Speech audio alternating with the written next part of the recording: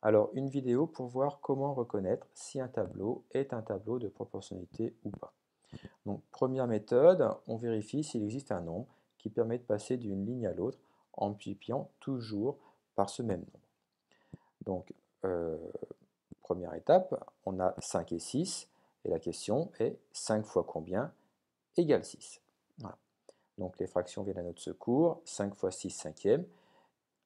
Du coup, on fait pareil pour les autres. Et on en déduit 10 fois 12 dixièmes, 14 fois 16,8 sur 14. Voilà. Et donc la question qui se pose, c'est finalement, si jamais il existe un même nombre ici, ça voudra dire que 16,8 sur 14, 12 sur 10 et 6 sur 5 sont égaux. Voilà. Donc en définitive, est-ce qu'on a 6 cinquièmes égale 12 dixièmes égale 16,8 sur 14. Deuxième méthode, pour reconnaître si un tableau est une situation de proportionnalité ou pas, on regarde si on peut passer d'une colonne à une autre en multipliant en multipliant en haut et en bas par le même nombre, ou en divisant. Donc là, on voit que 20 fois 3, 60, 1,5 fois 3, 4,5. Bon, ça commence bien pour les deux premières. Pour la première et la deuxième, 20 divisé par 2, 10, 1,5 divisé par 2, 0,75, ça se continue pas mal. Et puis pour la dernière, 10 fois 5, 50. Voilà. Donc, eh bien oui, on en déduit que ce tableau sera un tableau de proportionnalité. Troisième méthode, qui, attention, n'en est pas une. Donc, 3 plus 6, ça fait bien 9. 2,7 plus 4, ça fait bien 6,7. Mais attention, attention.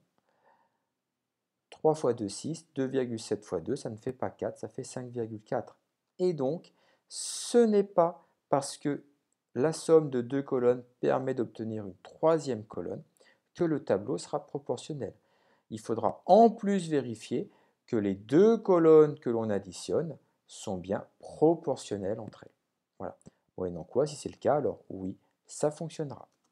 Donc, un petit récapitulatif de tout ça.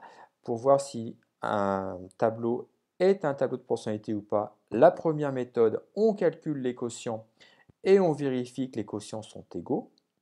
Alors, là ici, j'ai choisi de faire comment on fait pour passer de haut en bas. Donc, du coup, les quotients, j'ai 6 sur 5, 12 sur 10 et 16,8 sur 14. Mais j'aurais très bien pu me poser la question dans l'autre sens.